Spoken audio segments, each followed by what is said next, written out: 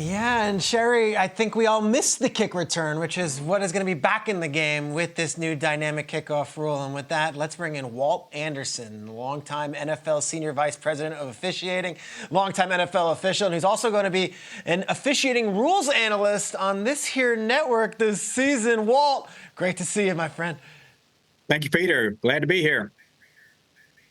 You just heard Mike Tomlin in that piece about the Madden game say that there aren't a lot of visuals or ways they can use this thing through seeing it, so they went to the game to help perform some schematics. We know this game and this kickoff is going to be exciting, but can you expand on the aspect of how you see it actually going down? Well, and it was mentioned in your piece, whenever the evolution of this was occurring, there were really two main goals. Number one, make the kickoff safe, but number two, make the kickoff exciting. And what I know the special teams coaches worked real hard with a lot of the stakeholders is really trying to incentivize returning the ball after it's kicked.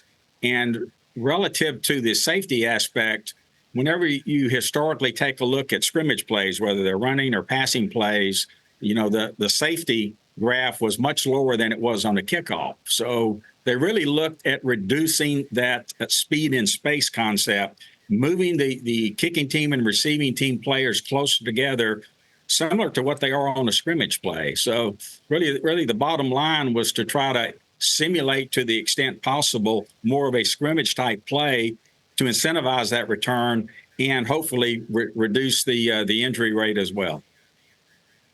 We heard a little bit of this during the offseason, but I just want you to reiterate it. If a team wanted a non-kicker, say Justin Reed or Quincy Williams on the Jets, who have kicking histories, to kick kickoffs, they're allowed to do that, right? They're allowed to do that, yes. The only thing the kicker, regardless of who that kicker is, cannot do is he cannot advance beyond the vicinity of the 50-yard line until the ball actually is either touched by a player in the landing zone or the end zone, or the ball touches in the landing zone. All right, so that's the dynamic kickoff. We're going to see it tonight, and I think it's going to blow a lot of people away saying, wait, what happened? We'll see the reactions online, I'm sure. But there's also been some other rule changes. And earlier this week, Ravens tight end Mark Andrews told our very own Steve Weish on the NFL Network that he thought banning the hip drop tackle was great. How are officials planning to enforce this rule? Yeah, it's you've got to have a rule in place to try to get certain actions out of the game. Everybody was in agreement that hip drop technique, because it's about 20 times the rate of producing an injury. And so it was something that they wanted to get out of the game. The rule was adopted. There are several elements that have to occur, and all of those elements have to occur. You have to have a wrap, you have to have a swivel, you have to unweight the body, and you have to land on either the back of the legs, the ankle, or the foot. If all of those do not occur, it's not a foul. Now, in real time, Peter, it's going to be difficult for the officials to see this in real time because the NFL game is so fast. And what we've coached the officials up, and we've looked at thousands of plays in this area, and very many, if not most, plays that might look similar to a hip drop are actually not, because all of those elements are not there. So the officials have been told, if it's clear and obvious, you've got all of the elements, you can make the call. But the reality is, from their one angle in real time, it's often going to be difficult for them to be able to make the call. But because the rule is in place, the league can review those plays during the week, and other discipline can be administered if necessary. So you might not see as many flags during the game, but we will be enforcing it at some point, and that will hopefully deter defensive players from doing the hip drop tackle. All right, we got another thing, instant replay. We know that's always been evolving. Tell us about the expansion of replay assist and what we can get used to for this season. Well, really, this is our fourth year in replay assist, and every year we added a couple of objective type items, things that are very clear and obvious. And this year, the competition committee spent a lot of time looking at a lot of different areas.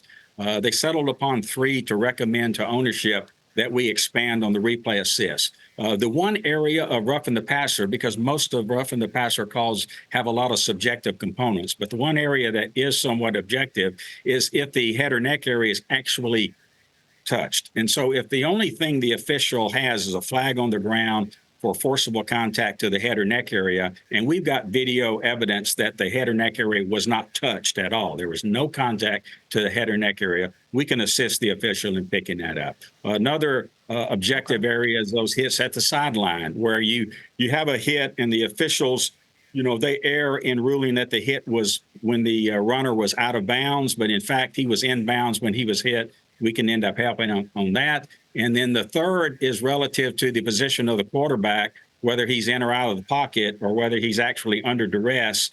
If there's a flag on the ground for intentional grounding, as an example, and you have the quarterback, he wasn't under duress, he's just simply throwing the ball away, which by rule he's allowed to do, we can assist the official in picking up that incorrectly thrown flag. All right, that's interesting. That puts you guys in New York into a different role and getting a little bit more jurisdiction on the game, which we appreciate. Lastly, you personally have a different role this season, and I think we're going to be seeing a lot more of you on our television screens and on this here show. What do you got going on, Walt, this season? Well, yes, they've moved me into the role of the NFL's Officiating Rules Analyst. As such, I'll be the primary spokesman for the league on all officiating-related matters. Obviously, we've got 32 clubs to service, and we have a lot of communications on the club. I'll be the lead on really working with the clubs during the week on rules and interpretations, points of emphasis or clarification from that standpoint. And we also want to make ourselves more available to not only our network partners, who I'll be talking with directly, their network analysts on game days, but also relative to the NFL Network, just to be able to provide either some answers, some explanations, some situational awareness on things. If we end up talking with the clubs during the week on various points of clarifications, we want to make y'all aware of that so that y'all can end up informing our fans. I'll give you an example. Last year, we had the Dallas-Detroit game where, of course, the player declared as eligible, then the ref didn't see it or didn't get it, whatever it was, there was confusion. In that situation, you'll be with us on a Monday morning to explain, correct? Well, what we're hoping to do is when we have situations that involve whether it's instant replay or various rules interpretations, that I can just be available to help explain the rules, how those are applied, and answer those types of questions. Yes. I appreciate that. We all do, and we look forward to talking to you throughout the season. You are a longtime star as an official in the NFL, and you've been doing great with the league, and we cannot wait to have you as a TV superstar on Good Morning Football this season. Walt Anderson, we appreciate you so much. Thank you, Peter.